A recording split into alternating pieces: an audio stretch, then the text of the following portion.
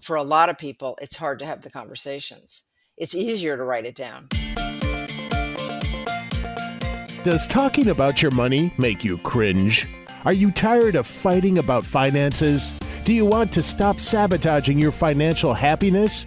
Then you are in the right place. Welcome to Breaking Money Silence, a podcast series aimed at helping all of us talk more openly about money. Your host, Kathleen Kingsbury, is a wealth psychology expert who is doing what she does best, speaking about taboo topics. International speaker, author, and founder of KBK Wealth Connection, Kathleen understands money and our relationship with it. Over the past decade, she has empowered thousands of people to break money silence at home and at work. Now, here is Kathleen.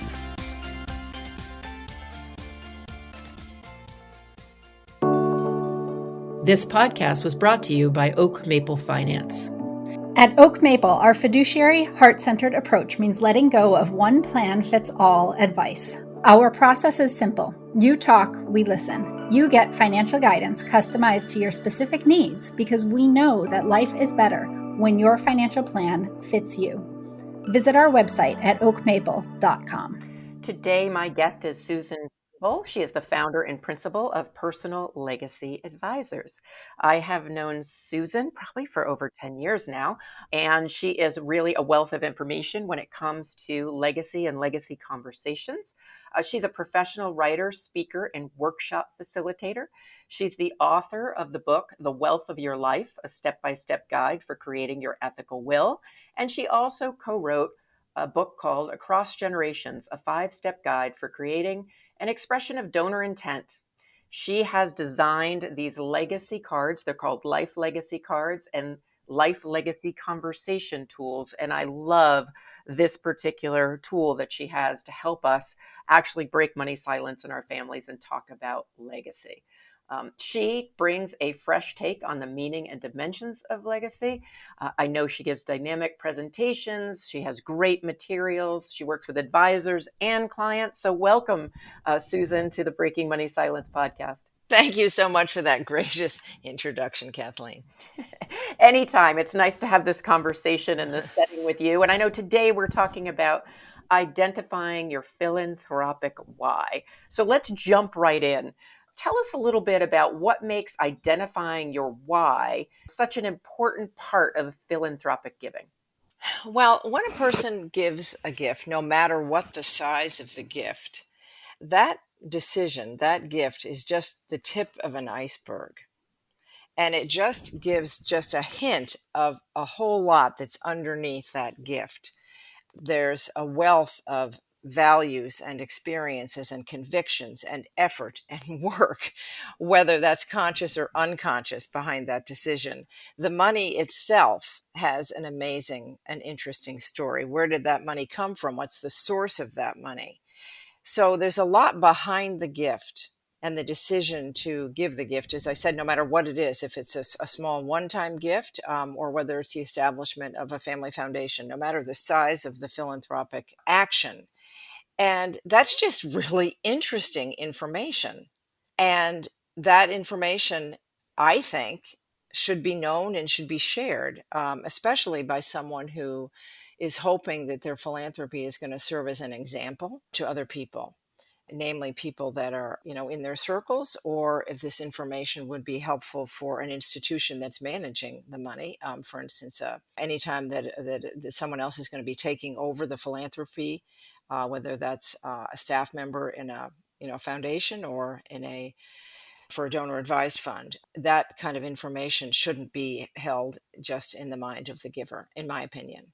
Yeah. And one of the things that I think is so important, and we've highlighted in this series, is the idea that philanthropy can be for anyone, that it doesn't have to be, which we often think of philanthropy, we think of like, Melinda Gates. It doesn't have to be somebody who's uber wealthy. It could be a one-time gift. It could be a small gift. It could be a larger gift, that you really work and help people across socioeconomic statuses, which I think is important for us to put out there. And the other piece is you're talking about money stories, and I do some work on money stories, and our money does have a story. And what do you think the ramifications are if somebody's passing on wealth, whether it's small or large, and they don't share that money story. I think it's a loss. I just think that that's a loss, for both personal and practical reasons. I mean, mostly for personal reasons. That kind of information, that especially within a family, that kind of information, first of all, as I said, it's just really interesting. It also ties generations together, kind of that common story, that common background. And I think that and this is one of the things that really drives me in my own work when I'm helping people think about what they want to document, and actually put down in writing, which is a large focus of the work that I do. I think when that information isn't shared, it's instantly lost. And I oftentimes ask people, are there questions that you wish you could ask somebody who's no longer here? And everyone has examples of that. People that they wish that it occurred to them that they had asked certain questions of. And so I think that it's just a tragedy when those money stories are not known. And it also can provide some sort of clarification also for people, who are maybe, not only just curious, but perhaps have some of their own struggles with money, to kind of understand how other people who've come before them have dealt with some of these things. I just think that is, from human to human, just really important. Yeah, recently I just worked on a consulting engagement and we talked about passing on not just the money, but passing on the wisdom. And I think you're talking about money stories, passing on the wisdom. And, there's an opportunity to put your gift in context. And I think that's part of what you're talking about. So if I'm out there and I'm listening in and I'm thinking, okay, that doesn't sound so bad. I could have that type of money conversation, or at least think about having that type of money conversation. What are the questions that someone should be asking themselves to help them get to their why if it's not evident? One of the questions that I like to pose to people when they're thinking about legacy or they're thinking about philanthropy, the sort of decisions around philanthropy, is this is a question that kind of gets at purpose. But the question is, it's quite simple but quite profound. The question is, what do you have? What do you possess that you want to give, that you have to give, in the largest sense of the word? What do you have to give? And what do you want others? This is a related question. What do you want others to ultimately be receiving from you? Also, in the largest sense of the word. And to think about this both during your life and then when you're no longer here. Yeah, I'm lost in thought thinking about my answers. Yeah, so if you think about philanthropy, this is another way of looking at the purpose of philanthropy. What do you want that money, very specifically, what do you want other people to be receiving from you through your money? And then the story behind that, why you believe that's really important, and why you want people to receive those things from you, or why you think that's important to put out there in the world. That's a story worth telling. And that can really help people get at their why. So when you think about someone who's donating a gift, let's just say someone is writing a check to the Museum of Fine Arts. What are they really hoping that gift is going to do specifically? What do they want other people to receive from them through their money? So is it beauty? Is it experience? What is it that they're actually hope that they're giving? So that's just another way I think of kind of looking at purpose, which really gets at the question of why. And there's a story behind that. Yeah, go for it. Well, I was going to say there's a story for anyone who gives any kind of a gift. There's a story behind that. And so perhaps that person had been taken to the Museum of Fine Arts by their grandmother when they were young, and it inspired them. And that's a story that would be really fun for somebody else to know. And this is a very small example, but that question is of what you want other people to receive from you, ultimately through your money, through your time, because there's a lot more that people have to give besides their money when it comes to philanthropy. People give their gifts of money, but they also give their gifts of time. And so the stories behind that, I think, help a person focus. And also, I think that should be communicated. Yeah, and as you're talking and giving us an example, I'm thinking about my husband and myself and gifts that we gave obviously still alive, while we're still alive, to our niece and nephews around education. And our reasons, our why is I was fortunate enough to get a college education paid for, and I realize that isn't always the case. So I feel very fortunate. My husband really had to fight for his education, so we just wanted to pass on that gift, that ease. So that's kind of our why. And so I think it's really important in a bigger sense, and to really think about that why. But once you get your why, so once I now know, okay, education is my why, I really value it, I think it's important, I know it's not cheap, and I want my niece and nephew to have every advantage they possibly could have. Once you have that why, what's the next step? Well, my question is, have you written that down and told that?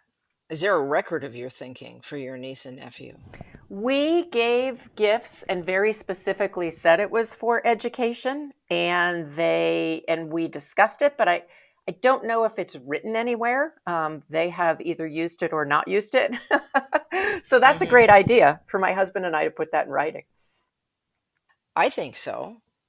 And this is what I advocate that people do, because it's a beautiful thing to affirm your values and also to give them clarity about your thinking and information that they might not know about you. They may not know about the difference, the roots that you took to this decision and the experiences that lay behind it. And that's just interesting. And it just, as I said, it ties generations together in a way that otherwise might be less enduring. So I think to be able to document those things is really just another dimension to the gift that you're giving them.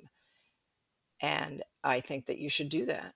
Yeah, no, I think that's a great idea. And you're right. I don't think they know the necessarily overtly know the differences in our educational journey, and why it's so important for us, or why we decided to gift in that way as opposed to take them on an expensive vacation or something. So that is a great tip for me personally. For families that don't know how to break money silence, or maybe have difficulty having these types of conversations, I know writing it down is important. What do you think, or how do you help families or individuals kind of talk about these things? I am fortunate, given that I wrote a book about breaking money silence, and with my nieces and my two nephews, I'm pretty open and honest about finance. But I'm wondering, for people that don't have that experience, how do you start this conversation? I'm not really an expertise. I don't have expertise in really helping people have these conversations specifically. And so I don't want to weigh into something that I haven't had a lot of experience in, because my experience is really helping people to think through what they want to write down. Okay, so Because yeah. for a lot of people, it's hard to have the conversations. It's easier to write it down. Well, it's interesting that you say that, because you're a writer and I'm a writer. And so I think for us, it's easier to write down. um, Yeah. I do know, like, I'm again just going to use my husband as a guinea pig today. I know he is not a writer, he is much more verbal. So maybe thinking through starting the conversation for him may or may not be easier. I don't want to speak for him. But if you're not a writer, how do you help someone kind of write this stuff down and capture it? Because that is a skill and a gift that you have. So tell us a little bit about that process. Yeah. Okay. And I will say that that the process of writing, I recognize that not everyone feels as though that's sort of their natural mode of communication. The point that I was making was that sometimes it's harder to express people there's certain things that are awkward to sort of say face to face, especially things that are of a little bit more of an intimate Yes. nature. And so for some people, for a lot of people, that feels sort of safer to be able to have the intermediary paper that then they can then write things down and then choose later on to have a conversation if they want to. But for people who are not natural writers, what I do, and this is how I work with people largely, is to be able to talk through things that are then recorded. I always record all the conversations that I have with people so that they can sort of see what they said, and then they have something to go on in order to then put something down, formally put something down in writing. So for some people, it is easier to be able, and you can do this yourself, to just pull out your phone and start talking through some of the things that you might like to say, and then have a transcript made. Then you have something to go on. So technology really can help you there. Right. What is interesting, Susan, though, is what you're providing is a safe place and a way in which you structure the questions to get to people's why and to help them record that, whether it's through conversation with you, whether that's, putting it in writing. And so in some ways you are breaking money silence all the time, even though you feel like you don't have an expertise in it, because you are helping people engage and think about these conversations and document them. So once somebody has it in writing, is that something that you put in with your legal documents, or is that something that you hand to a beneficiary or the next generation? How does the actual information, I guess is my question, get passed on? Well, it's very important if you do something like this that people know where to find it. And so what I suggest is that there be a note attached, or some kind of evidence in the with the actual formal legal documents that says that this is either here in the file or this is where you can find it. So it's very important that people know that it would be terrible if you created something like this and then it just sat on your computer and nobody ever saw it. Right. Yeah. But yes, it should essentially be attached to all the legal documents, or there be a note indicating where it can be found. I suggest oftentimes that people share these documents when they're alive. I mean, because they have the potential to then reinforce the example that you're trying to live out, and also open the opportunity for a conversation. So, a letter like this, a document like this, is kind of a monologue, but there's such a rich possibility of turning it into a dialogue if you choose to share it while you're alive. And the thing that I just came to my mind, and I hadn't thought about this before, and I don't know whether people have done this, but if you're somebody who, the writing, and I get what you're saying from a psychological standpoint, it can be safer to put something down and pass that thing, that letter, that, whatever it is, to somebody else. There's some emotional safety in that. For a family that has trouble talking about things, it may even be that you share it while you're alive and you give the other person or people options to either let's sit down and have a talk about it, or you could write me back. I feel like it could be, how we used to write in the olden days before me, In the olden like days, love yeah. letters. It's almost like you could start it that way if it was a safer way to engage. But yeah, I think sharing it while you're alive allows people to then not be wondering all these questions, or why, or what was the purpose, or why wasn't I given this, when somebody does pass on. It's so easy to put off. So Yeah, it's very easy to put off. And I also want to say there's a couple other sort of circumstances where this is really vital to do. So there's sort of the kind of nice to have sort of version of this, and then one that would be really vital to you to say. And I read an excerpt now here from one where a woman writes, "I want you to understand why I created this charitable remainder unit trust. It seemed the best way to both maintain my financial security and make a significant gift to cancer research in honor of my mother. It would sadden me greatly if somehow you felt I was creating the trust because I valued charity more than you. Please remember that love can't and shouldn't be measured by money or the size of your inheritance." wow, that's So, powerful. yeah, so you see what she's doing here is that and this was something that you could say this across the kitchen table, but she's created something very enduring here that's very clear. So she is reinforcing her own convictions about the purpose of the gift, which is in support of cancer research because of obviously her experiences with her mother, which is a story unto itself. And then she really wants to make it clear that that this is not related, that they shouldn't take offense that they're not getting as much money as they might, and that her values about money. And that part, let me jump in real quick. That part I think is really key, because in the work that I do, coaching next gen, often there's so many questions, whether the person is alive or deceased, and so many assumptions, like they fill in the gaps as opposed to knowing that. So to have that in writing and to be able to look at it in writing, and remind yourself that you were just as important as charity. It's just, this is why she decided to do it, is so valuable. It's really valuable. So that's kind of what I'm getting at, that there are that, where it's important, there's a lot of places where it's really important to document. And whereas you say, if it's not clear, then people fill in a story, and oftentimes a story that feels hurtful, when in this case, it would be no need for that to be hurtful at all. So, and then another example I wanted to read, this is another thing that I think people should kind of keep in mind, because I think this is so cool. This woman writes, I want you to know something about my father, in whose name I set up this scholarship. So, lots of people like to set up scholarships, and there's a whole universe of reasons behind why they want to do that. And if that's not told, and the scholarship recipient just gets a check, that is such a lost opportunity to share a whole richness behind that, the establishment of the scholarship. And in this case, this woman really wanted to tell every recipient, and every recipient was going to get this letter from her about her father, and about what she admired about her father and the experience of her father. And this was a scholarship for people who were going to go to business school. And he was a real inspiration to her, and he wanted them to know something about him and use his example maybe to help inspire them in their own journeys.